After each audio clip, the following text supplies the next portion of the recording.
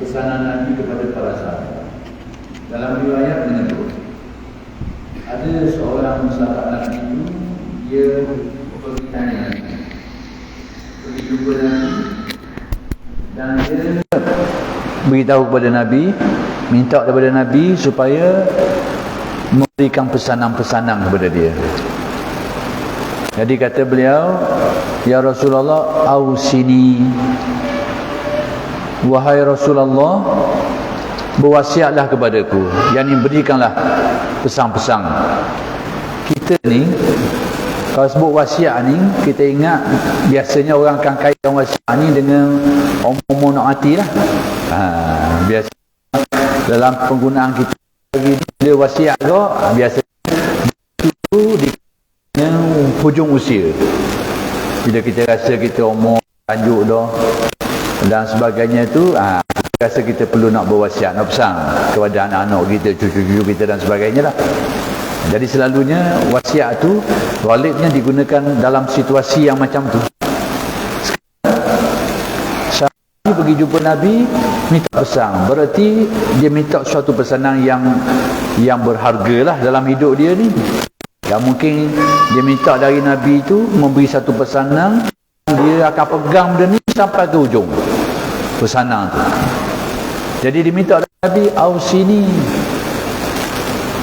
wasiatkanlah kepadaku ya Allah. Lalu wasiat apa yang diberikan oleh Nabi kepada seorang ini yang bertanya ini? Wasiat yang sangat berharga, iaitu kata Nabi, ittaqillaha haitsuma kunta. Pendek. Hendaklah kamu bertakwa kepada Allah di mana saja kamu berada. Ini pesanan yang pendek tapi mengandungi makna yang sangat mendalam. Dan ini yang kita cuba nak tengok sebahagian daripada isi kandungannya atas pesan Nabi. Wasiat Nabi kepada orang yang minta supaya diberi pesanan. Ittaqillaha haitsuma kunta. Bertakwalah kepada Allah di mana saja kamu berada. Duduk mana pun, di zaman mana pun, dalam apa juga keadaan pun, jaga takwa Allah. Baik. Pertama sekali berkait dengan pesan ini, berkait dengan pesan Nabi supaya bertakwa ni, kita nak perkara lah. Pertama sekali, apa nilaian takwa Allah ini? Harga dia, nilai dia. Sehingga bila orang ni mari minta pesan kepada Nabi, Nabi beri pesan dengan pesanan seperti ini. Apa nilaian dia? Apa harga benda ni? Di dalam Al-Quran, Allah Subhanahu wa taala menjelaskan dalam satu ayat, bila Allah berfirman, dan ini kita biasa dengar, inna akramakum indallahi atqakum. Sesungguhnya orang yang paling mulia, tapi kemuliaan ini di sisi Allah. Inna akramakum indallahi atqakum. Orang yang paling mulia di antara kamu di sisi Allah ialah orang yang paling bertakwa. Apa pelajaran yang dapat kita ambil daripada keterangan ayat Al-Quran ini? Pertama sekali, Allah Ta'ala memberitahu kepada kita, menyatakan kepada kita bahawa ukuran kemuliaan manusia itu berada pada takwanya. Dan ukuran ini adalah ukuran di sisi Allah. Dengan erti, barangkali di sisi manusia ukurannya lain, tapi di sisi Allah inilah ukurannya, takwanya. Tapi kalau kita tengok di sisi manusia, macam-macam lah ukuran kemuliaan. Ada dalam satu masyarakat tu, orang tengok kepada kelulusan dia. Nak tahu orang ni mulia tak mulia dalam masyarakat tu, tengok kelulusan dia setakat mana. Ada dalam masyarakat diukur situ. Ada setengah masyarakat diukur kekayaan dia. Tengok banyak mana harta dia, tanah dia, harta dia. Ada yang ukur situ, yang menjadi pengukur kemuliaan dalam masyarakat tu. Ada dalam setengah masyarakat iaitu kejayaan dia. Apakah hasil yang dia berjaya buat? Apa yang dia lakukan, kejayaan dia, nama yang dia dapat dan sebagainya apa? Jadi setengah masyarakat menjadikan itu yang menjadi ukuran kemuliaan dalam masyarakat tertentu. Ada setengah tu pula keturunan. Dalam setengah masyarakat keturunan. Ni keturunan siapa dia? Keturunan siapa dia? Maka keturunan tertentu ni dianggap lebih mulia dari keturunan yang lain. Ada yang ukur dari segi itu. Dan ada yang ukur dari segi fizikal. Mana hak tubuhnya sihat molek, mana hak tubuhnya itu ada rupa parah sikit dan sebagainya, lalu mendapat kedudukan. Jadi macam-macam ukuran kemuliaan di sisi manusia ni. Tapi Allah Ta'ala beritahu bahawa ukuran kemuliaan sebenar, dan ini hanya ukuran kemuliaan di sisi Allah, ialah yang paling bertakwa di sisi Allah. Maksudnya kalau dia bertakwa, dia tetap akan mulia di sisi Allah. Sekalipun pada pandangan manusia dia tidak dipandang. Tidak dipandang. Kadang-kadang seseorang itu mendapat kemuliaan takwanya di sisi Allah, tapi di sisi manusia juga diberi kemuliaan kadang-kadang. Jadi di sisi manusia ini tidak menentu. Kadang-kadang diberi kemuliaan, kadang-kadang tidak. Tapi di sisi Allah, dengan takwa ini tetap dia mulia. Maka sebab itulah orang-orang yang bertakwa ini, ada di antara mereka itu yang disembunyikan, tidak dizahirkan, tidak ditonjolkan, tidak diperlihatkan kemuliaannya. Sehingga Nabi menyebut tentang golongan ni, kelompok-kelompok yang mulia ni, antara ciri-ciri sebahagian mereka tu mereka ni kalau ada orang tak cari, kalau tak ada pun orang tak, kalau ada orang tak endah, kalau dia tak ada pun orang tak cari dia. Sampai begitu Nabi beritahu bahawa ada di antara mereka yang dapat kemuliaan ni. Nak kabarnya di kalangan manusia, orang tak kenal, orang tak tahu, orang tak mihal pun. Sehingga disebut dalam riwayat, mereka ni kalau ada pun orang tak endah. Duduk sekali dengan orang tak endah ke dia.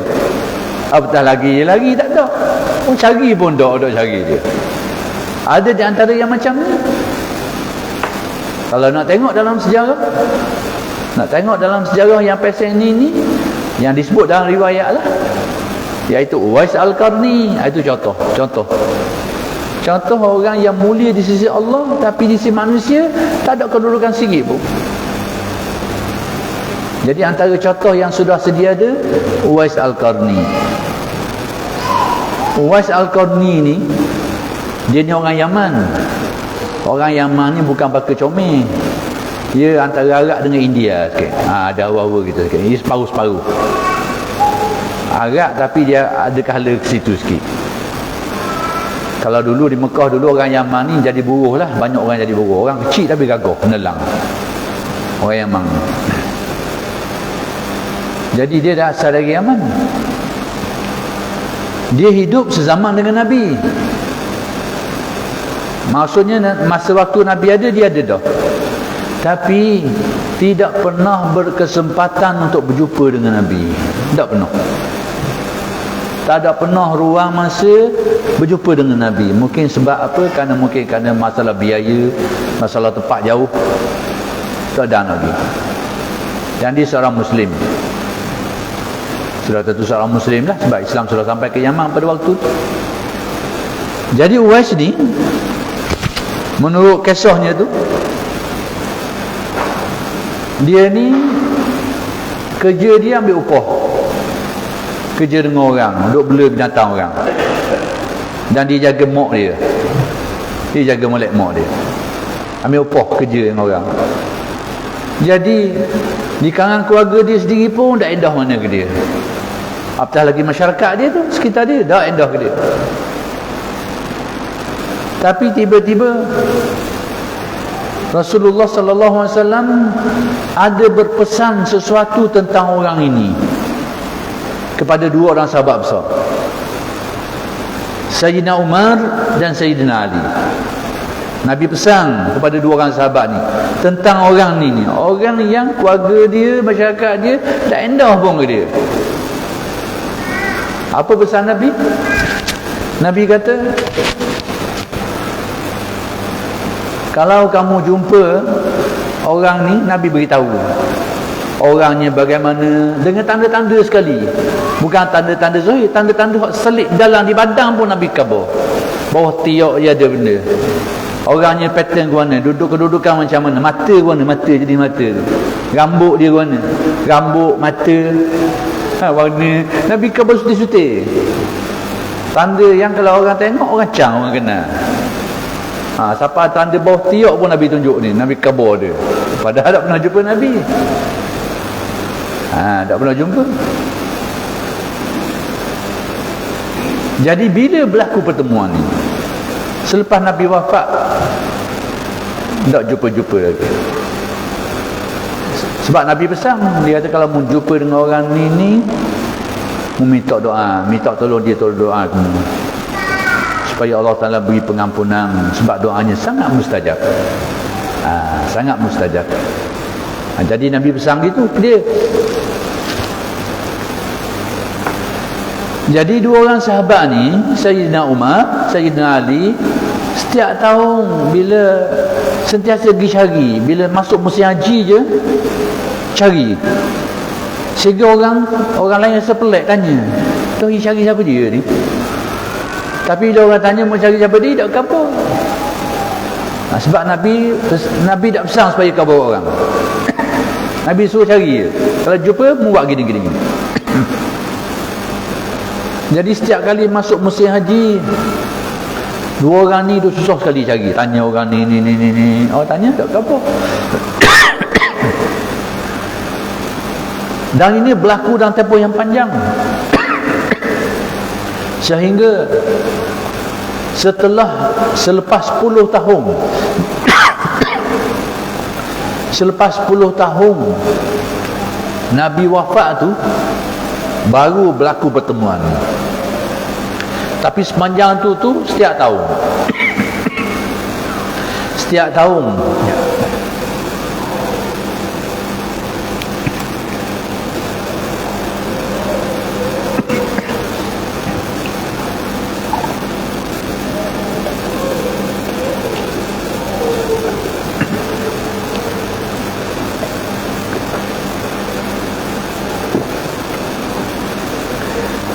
Jadi sepanjang 10 tahun tu, tiap-tiap tahun bila masuk musim haji, dua orang ni akan pergi cari, tak jumpa. Sehinggalah bila sampai masanya tahun yang 10 tahun selepas Nabi wafat tu, barulah dia bertemu dengan, bila terutamanya bila dengar ada kafilah dari Yaman mari. Jadi seperti biasalah dia tanya ketua kafilah ni, ada tak di antara kamu ni orangnya patternnya gini. Tiba-tiba dalam satu kafilah tu mereka kata ada orang ni. Tapi ketua kafilah tu kata, tapi kami rasa orang yang tuan cari tu bukan dia. Sebab dia kata tidak munasabah seorang yang bertaraf khalifah. Masa tu khalifah Sayyidina Umar jadi khalifah cari orang macam ni tak munasabah. Jadi ketua kaum tu dia kata orang yang disebut tanda-tanda dia tu ada sini, tapi rasanya bukan orang ni. Sebab tidak munasabah seorang khalifah negara Islam besar ni cari orang macam ni. Tapi bila dengar je ada Sayyidina Ali, dulu lagi cari. Pada waktu tu dia berada di sebalik bukit Jabal Abi Qubais. Di belakang sana tu ada tempat orang bela binatang-binatang, dan dia duduk situ, dia duduk bela jaga binatang ternak orang. Kemudian dalam masa yang sama dia bersolat, dan dia ni selalu duduk begini, kepala beringguk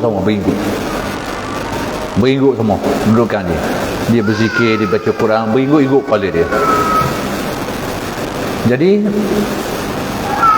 Sayyidina Ali pun pergi cari, jumpa orang yang dimasukkan tu, dia sedang sembahyang.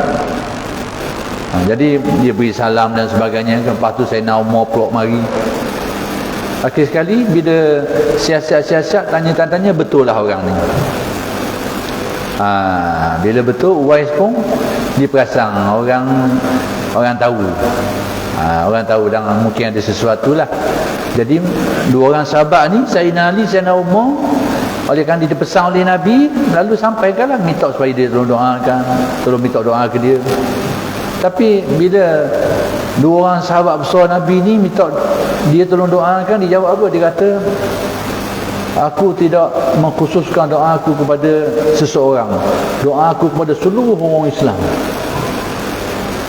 Seluruh orang Islam. Apa artinya?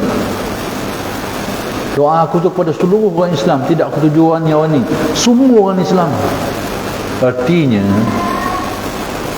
balik kepada hadis Nabi, balik kepada keterangan Nabi, iaitu Nabi ada menjelaskan bahawa dalam satu riwayat ni Nabi beritahu, khairun nasi anfa'uhum linnas. Sebaik-baik manusia ni orang yang paling banyak sekali manfaat kepada orang lain. Bukan orang yang paling banyak buat nyakit ke orang yang paling banyak manfaat kepada orang lain. Itu ciri yang Nabi beritahu. Orang paling banyak manfaat kebaikannya kepada orang lain. Jadi Uwais Qarni ni mungkin dari segi fizikal dia tak boleh nak buat, sebab dia miskin, ada mak kena jaga, pitih nak ada upah sikit-sikit tu padang untuk makan dia je, cara mak dia je, nak buat melain tak boleh. Secara fizikal dia terhad.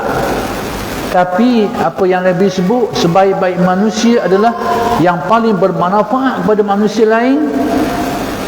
Ada cara lain lagi.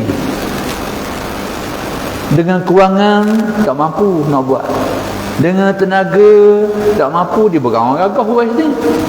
Dengan pengaruh, dia bukan orang berjawatan, berkedudukan, orang kenal belaka, orang ni bukan pesen tu. Tak ada, orang lain tak buat, tapi ini saja. Sebab tu dikata doa aku ni tidak khusus kepada sesiapa, tapi kepada seluruh orang Islam. Itulah kebaikan dia kepada orang lain, itu yang dia boleh buat. Itu Uwais. Jadi ada di antara mereka ni orang macam tu. Jadi nak beritahu bahawa kemuliaan ukurannya di sisi Allah tetap dengan takwa. Cuma ada di antara mereka itu yang tidak dikenali, disembunyikan. Sehingga Nabi beritahu ada di antara mereka ni yang macam tu sifat dia. Dan ada di antara mereka ini yang dimasyhurkan, yang dizahirkan, yang diperkenalkan kepada orang ramai, sehingga orang kenal dia. Orang kenal dia, orang tahu dia, dan orang dapat ambil manfaat daripada dia. Seperti alim-alim ulama, imam-imam mujtahidin, tokoh-tokoh ahli tasawuf dan sebagainya, namanya tu harum. Orang kenal dia, orang pergi ambil manfaat dengan dia, orang dapat banyak faedah daripada dia. Antara mereka itu antaranya Syekh Abdul Qadir Al-Jailani, antaranya ramai lagi, tapi nak kabarnya cerita yang orang biasa dengar, orang kenal. Syekh Abdul Qadir Al-Jailani, apa kelebihan dia ni? Tadi diberitahu hadis Nabi menjelaskan khairun nasi anfa'uhum linnas. Sebaik-baik manusia ni orang yang paling banyak manfaatnya kepada orang. Lalu Syekh Abdul Qadir ni kat mana manfaat dia kepada orang ramai? Kat mana manfaat?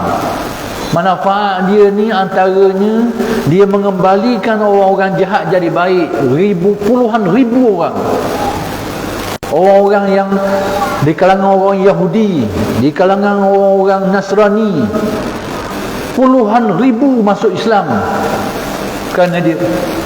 Orang yang menghadapi kesukaran dan sebagainya mendapat pertolongan dengan keberkatan, dengan kualian Syekh Abdul Qadir ini, dengan jumlah yang tidak terhitung ramainya. Itu manfaat dia kepada orang ramai.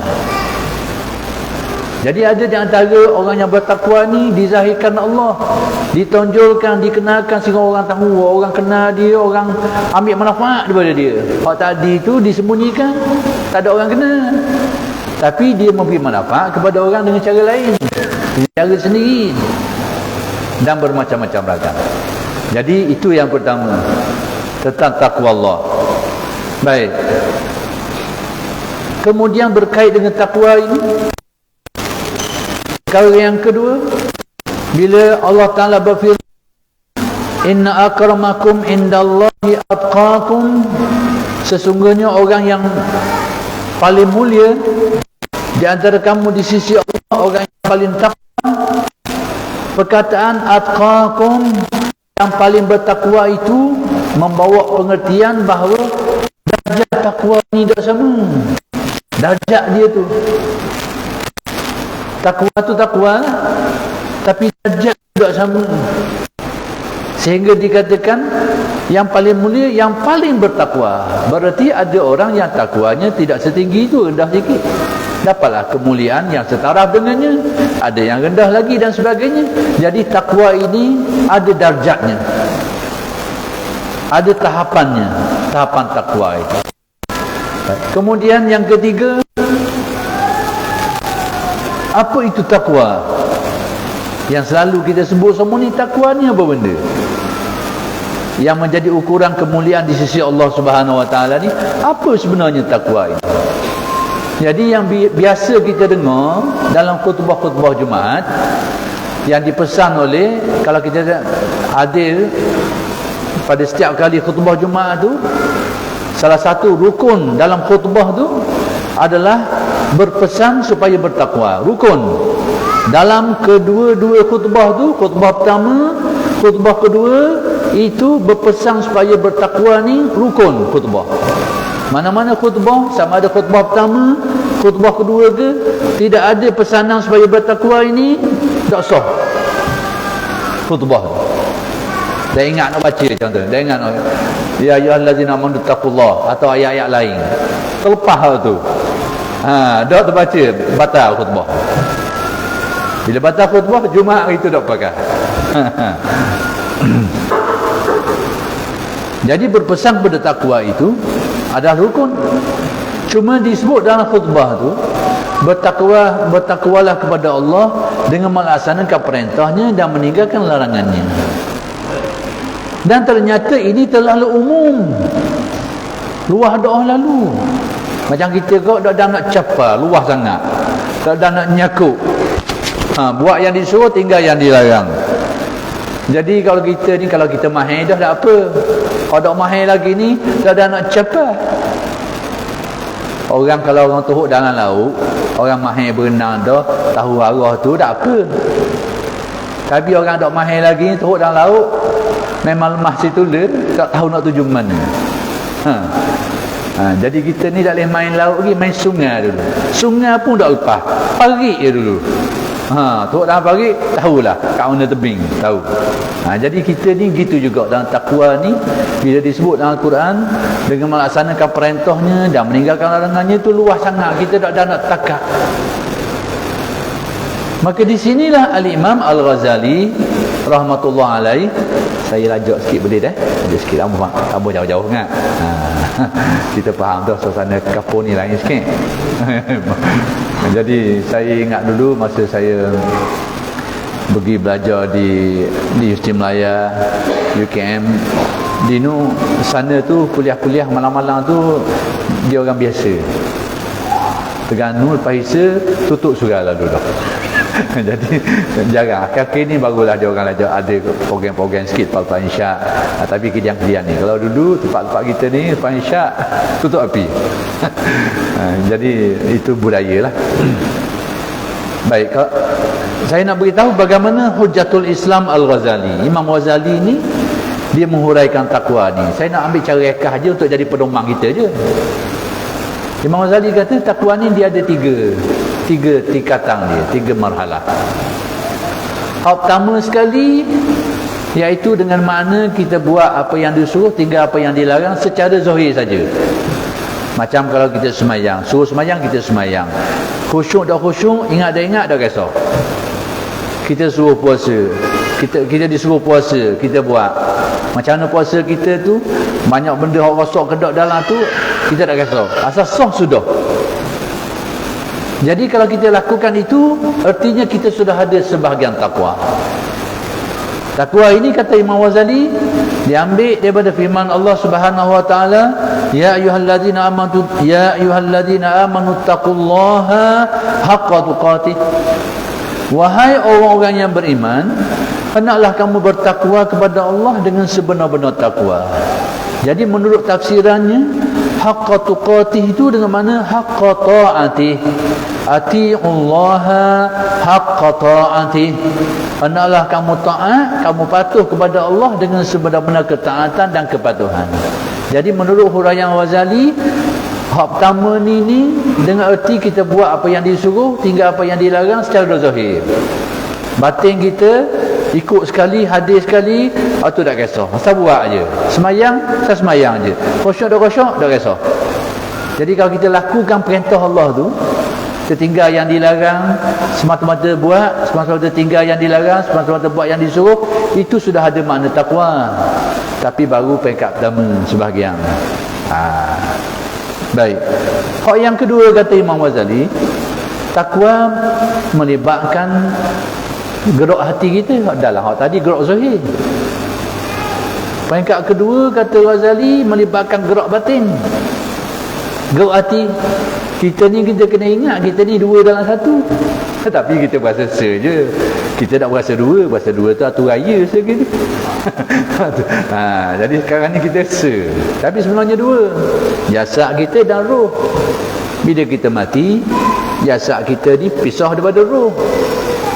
Itu panggil mati. Dia bukan hancur benda, dia pisah. Pisah roh daripada jasad, panggil mati.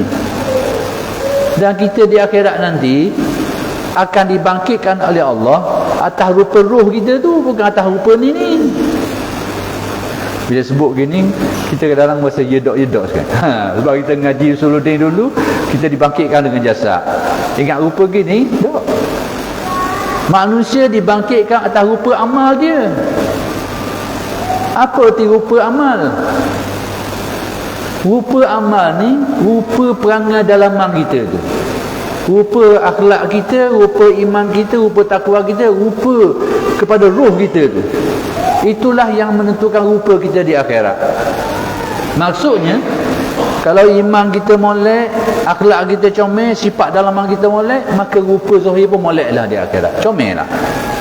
Tapi kalau iman kita sakit, akhlak kita, takwa kita, sifat dalaman kita rosak, banyak sifat buruk, maka buruklah rupa kita di akhirat.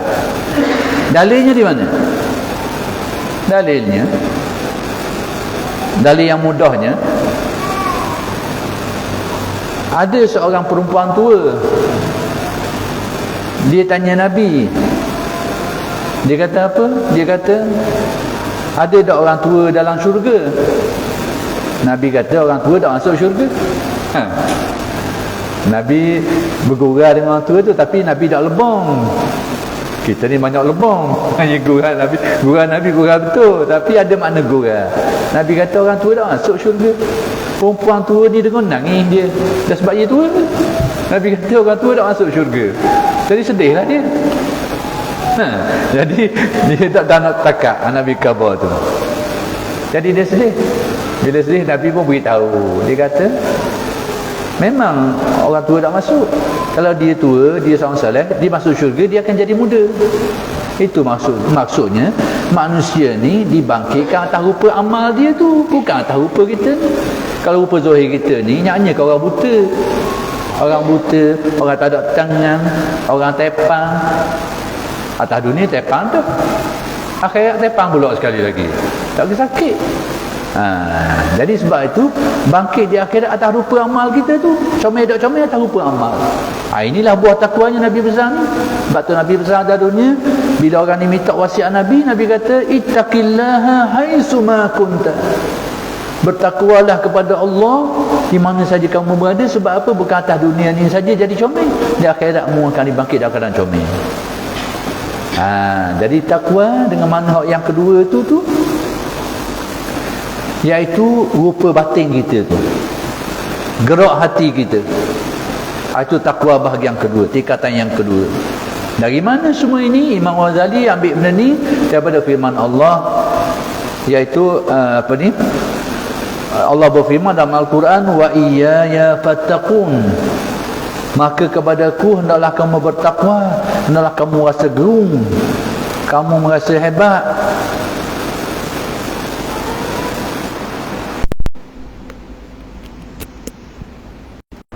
Jadi Allah Ta'ala berfirman, hendaklah kepadaku kamu rasa hebat. Perasaan tu, itu perasaan dalaman, dia bukan kerja badan, bukan kerja tubuh, kerja perasaan. Wa iyaya fattaqun, fattaqun ini menurut tafsiran dia, hendaklah kamu rasa kehebatan. Hanya kepadaku, Allah kata hanya kepadaku, yakni kepada Allah, hendaklah kamu semua rasa hebat, rasa gerung, rasa takut. Jadi dia melibatkan rasa. Jadi rasa hebat, rasa gerung ni, itu bukan kerja badan, bukan kerja anggota, tapi kerja hati. Jadi kata Ghazali, itulah takwa yang kedua. Peringkat yang kedua, dia melibatkan gerak batin kita, gerak roh, gerak jiwa kita.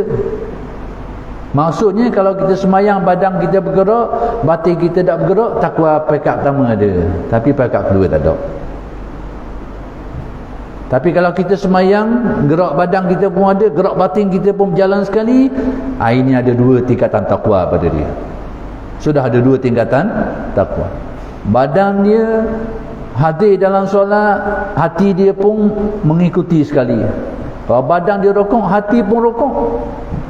Badan dia sujud, hati pun sujud. Kalau badan dia bersyahadah, bertasyahud, hati pun bertasyahud. Badan dia berqiyam menghadap pencipta seluruh alam ni, hati pun dia menghadapnya.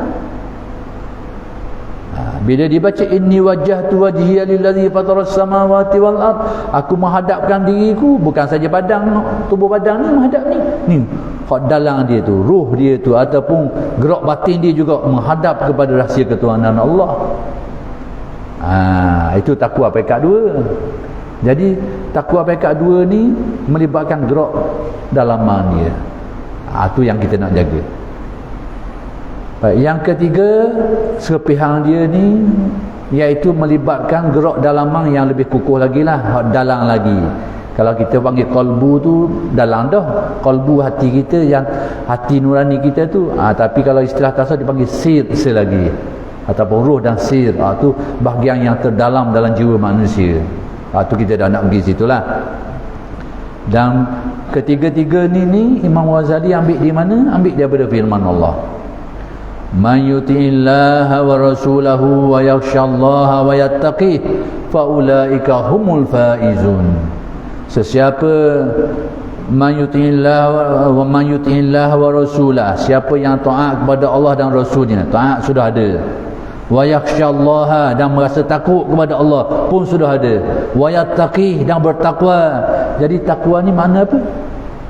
Kalau takwa dengan makna taat sudah disebut di awal ayat. Kalau takwa dengan makna rasa takut juga sudah disebut di awal ayat. Jadi takwa di sini makna apa? Kata Ghazali, iaitu sir batin manusia itu bersih daripada sesuatu yang lain. Itu kita dah nak pergilah. Paling tidak takwa kita duduk dua tadi tu, zahir dan batin. Inilah yang Nabi pesan, ittaqillaha haitsu ma kunta, hendaklah kamu bertakwa kepada Allah di mana saja kamu berada. Di mana saja, maksudnya bukan saja di mana, dan apa juga keadaan pun kamu bertakwa kepada Allah. Disuruh jaga semua takwa ni. Sebab apa? Sebab takwa ni tahu sajalah kalau dia melibatkan badan zahir saja, batin kita tak takwa, dia mudah cair. Nauzubillahi min zalik, mudah cair.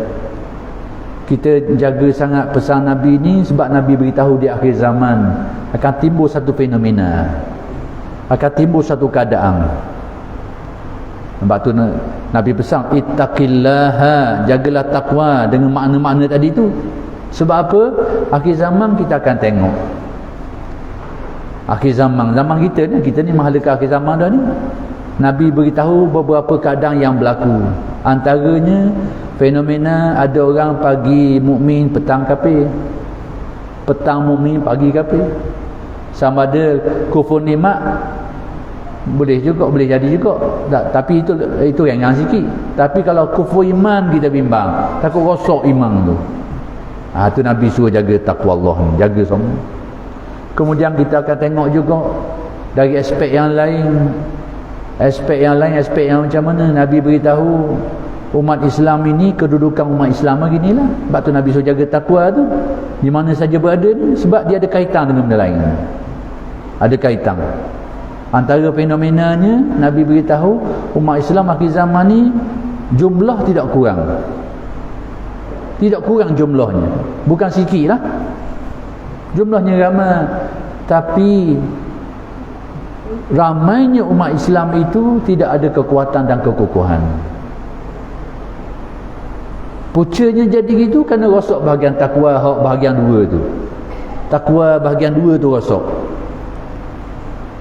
Iaitu Nabi umpamakan seperti buih-buih pada musim banjir. Kita tengok musim banjir kan air laju. Bila air gerak banyak, dia banyak buih sungai tu, banyak buih kali. Gitulah, banyak, ramai-ramai lah. Tapi kekuatan dia macam buih. Bila ada nugur kayu timbul sikit, gelar. Sehingga sahabat tanya, apakah kerana disebabkan jumlah kami yang kurang pada masa tu ya Rasulullah? Pucanya kerana kami ni tak ramai ke? Nabi kata tidak. Tapi kamu ni seperti karusa as-saili, seperti buih-buih pada musim banjir tu, buih. Puncanya apa? Kamu telah dihigapi sejenis penyakit. Kerana kena nyakit. Punca kena nyakit. Tapi penyakit ini ia tak kena di badan, dia tak kena lengan, tak kena di tubuh, tak kena di anggota lain, tapi dia kena pada hati sanubari. Lepas tu Nabi jelas nyakitnya itu nyakit apa benda? Nabi sebut dalam satu perkataan saja, al-wahan. Nyakit yang dinamakan wahan. Sahabat tanya, nyakit wahan ni nyakit benda? Nyakit benda. Nabi beritahu ada dua ibu nyakit ni. Hubbud dunya wa karahiyatul maut. Jiwa yang penuh kegilaan terhadap dunia. Yang kedua, takut menghadapi kematian. Punca dua ni kerana takwa batin tadi tu ada. Bila takwa batin ni tak ada, maka jiwa kita ni akan dihingapi dengan kegilaan terhadap dunia. Sebenarnya agama Islam secara umum dan tasawuf secara khusus bukan ajar kita supaya tinggalkan keduniaan ni, buang tohok. Bukan itu.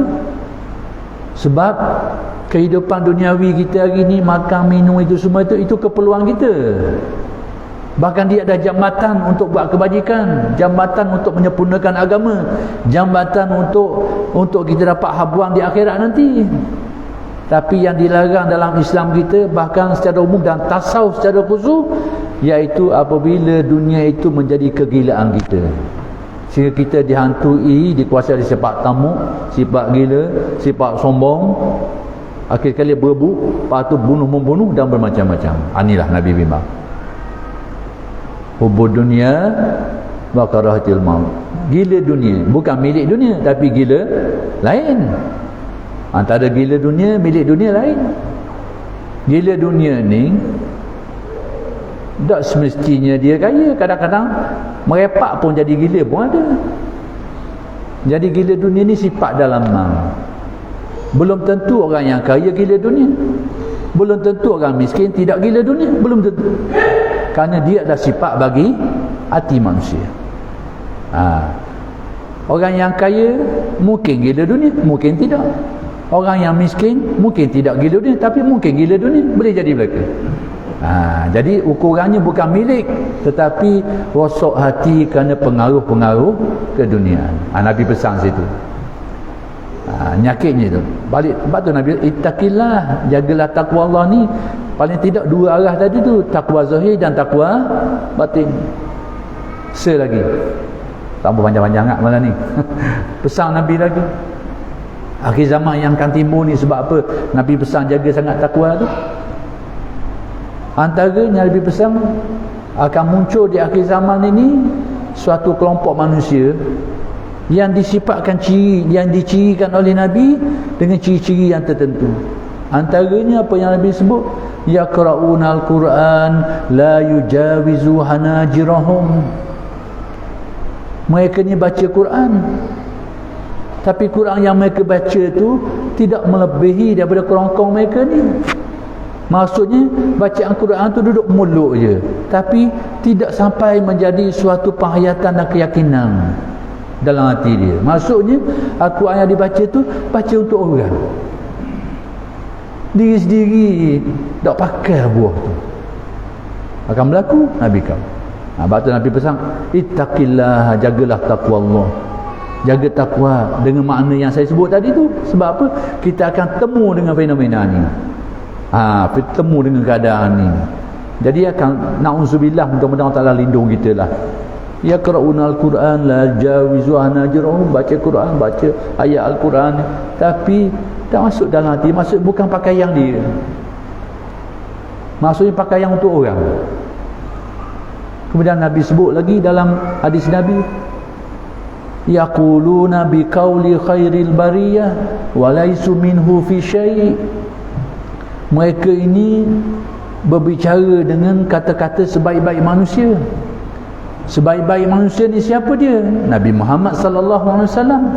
Jadi maksud hadis Nabi, yaquluna biqauli khairil bariyah, mereka berbicara dengan kata-kata sebaik-baik manusia, maksudnya mereka menggunakan hadis-hadis Nabi.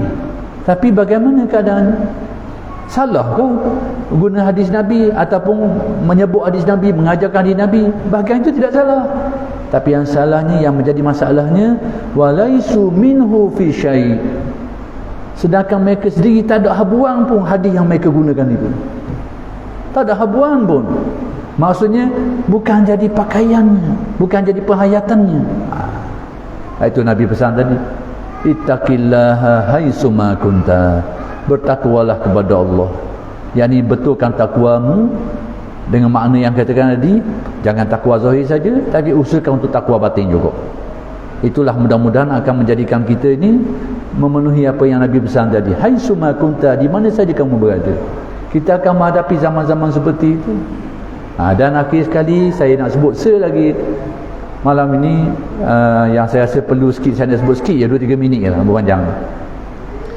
Bila sahabat Nabi ni tentang takwa ni banyak huraian dia lagi lah, tapi kita fikir waktu tu sudah cukup untuk kita dapat faham pesan Nabi tu. Sahabat ni bila Nabi pesan gitu tu, dia minta sikit lagi pesanan. Zidni, sahabat kata tambahkan sikit lagi pesan-pesan yang minta supaya ditambahkan pesanan sikit lagi. Apa pesan Nabi? Pesan yang kedua Nabi pesan ke dia, wa atbi'is sayyi'atal hasanata tamhuha. Ini berkait dengan kehidupan. Turutilah, ikutilah perbuatan buruk yang telah kita lakukan itu dengan perbuatan baik.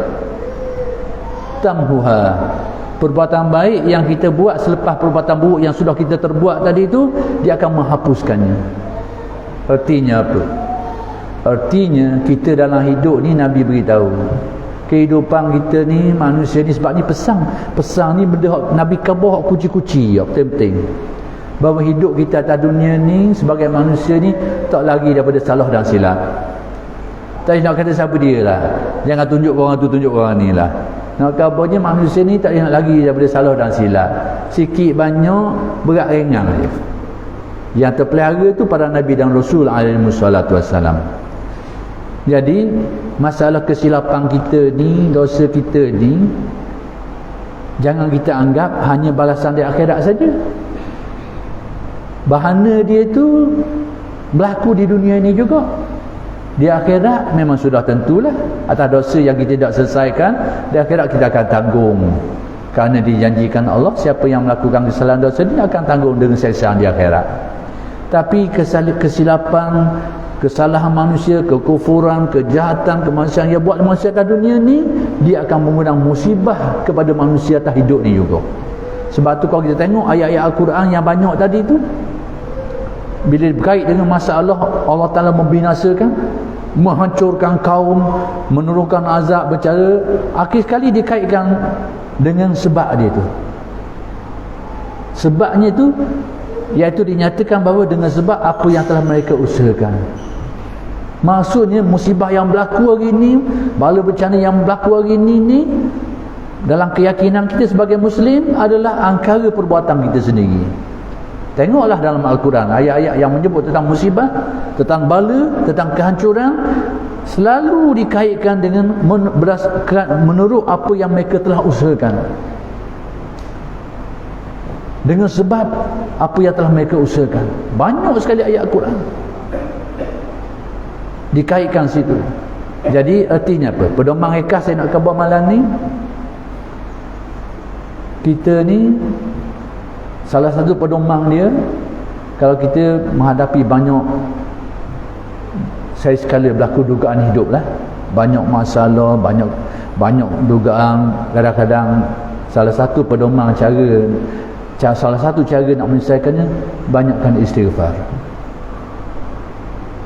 Masalah bila kita hadapi banyak sakok, banyak dugaan, pedoman yang ditunjukkan, banyakkan istighfar. Yang kedua, berdasarkan pedoman tadi tu, oleh kerana Nabi berpesan ni, sebab dia penting dalam hidup kita ni, macam saya kata tadi lah, kesalahan kita ni akhirat kita akan tanggung beban dia. Di dunia ini kita akan menghadapi banyak kesulitan dan kepayahan. Lalu cara nak selesai kesilapan kita macam mana? Sudah tentulah antara caranya yang tidak disebut di sini, caranya kita beristighfar dan bertaubat. Biasa istighfar. Nabi pesan riwayat Aisyah, man lazama tuba liman wajada fi sahifatihi istighfaran katsira. Sangat beruntung orang yang dia di akhirat nanti ni, dia tengok dalam buku catatan dia tu banyak catatan dia banyak beristighfar. Nabi kata sangat beruntung orang ni. Jadi kita membiasakan dia istighfar dengan menginsafi diri lah, dengan tengok, ingat balik kesilapan kita, minta tolong Allah Ta'ala ampunkan dosa kita, yang kecil, yang besar, yang zahir, yang batin, dengan manusia ataupun dengan Allah Ta'ala, yang kita sedar, yang kita tak sedar, yang kita sengaja dan segala, minta astagfirullah. Amalkan itu, kita pedoman. Yang kedua, antara cara nak menyelesaikannya itu iaitu dengan syafaat awliya, ulama. Jadi dampingi alim ulama, dampingi orang soleh, orang bertakwa. Mudah-mudahan di akhirat nanti dapatlah syafaat mereka tu. Kerana antara syafaat yang disebut oleh ulama-ulama ada syafaat mengeluarkan orang yang terseksa dalam neraka, dikeluarkan dari neraka tu ke syurga dengan sebab syafaat. Jadi syafaat orang soleh ni sebahagian daripada cara menyelesaikan masalah kesilapan kita itu. Jadi kita banyaklah kita pergi mengaji, kita belajar dengan alim ulama, dengan orang soleh, orang bertakwa. Selain daripada kita dapat berkat, dapat ilmu, dapat berkat, dapat juga syafaat. Dan salah satunya yang disebut dalam hadis tadi tu, bila kita banyak, dan kita kadang-kadang kita ingat, kadang-kadang tak ingat kesilapan kita, kadang sengaja, kadang-kadang tersalah, terbabas. Maka salah satu caranya banyak buat kebajikan. Banyak buat kebaikan. Banyaklah kebaikannya. Kadang-kadang bersedekah, kadang-kadang buat itu, buat ini. Apa-apa kebaikan tu, itu umum. Hasanah tamhuha, dia akan menghapuskan keburukan-keburukan lain. Tetapi hasanah yang paling besar sekali adalah ucapan la ilaha illallah. Dia akan menghapuskan kesilapan-kesilapan kita yang lalu-lalu itu. Itu pesan Nabi. Jadi kita nampak pesan tu bukan pesan kecil. Orang ni minta pesan khusus daripada Nabi ni. Pertama sekali nak jaga takwa, memang sangat penting. Yang kedua, perjalanan hidup kita ni, kita tak lagi dari kesilapan, tapi kesilapan itu akan mengundang banyak masalah dalam hidup, akan mengakibatkan akibat buruk dalam hidup kita. Maka penyelesaiannya banyak buat kebajikan. Salah satunya, turutilah keburukan-keburukan yang sudah terbuat tu dengan kebaikan-kebaikan. Dia berfungsi menghapuskannya. Itu sekadar itulah saja yang saya rasa saya nak kongsikan pada malam ini. Mudah-mudahan beberapa perkara yang disebutkan itu dapat kita kongsikan bersamalah, dapat kita ambil manfaat, menjadi pedoman untuk kita semua. Sekianlah saja dulu, aqulu qawli hadza wa astaghfirullahal azim li wa lakum. Assalamualaikum warahmatullahi wabarakatuh.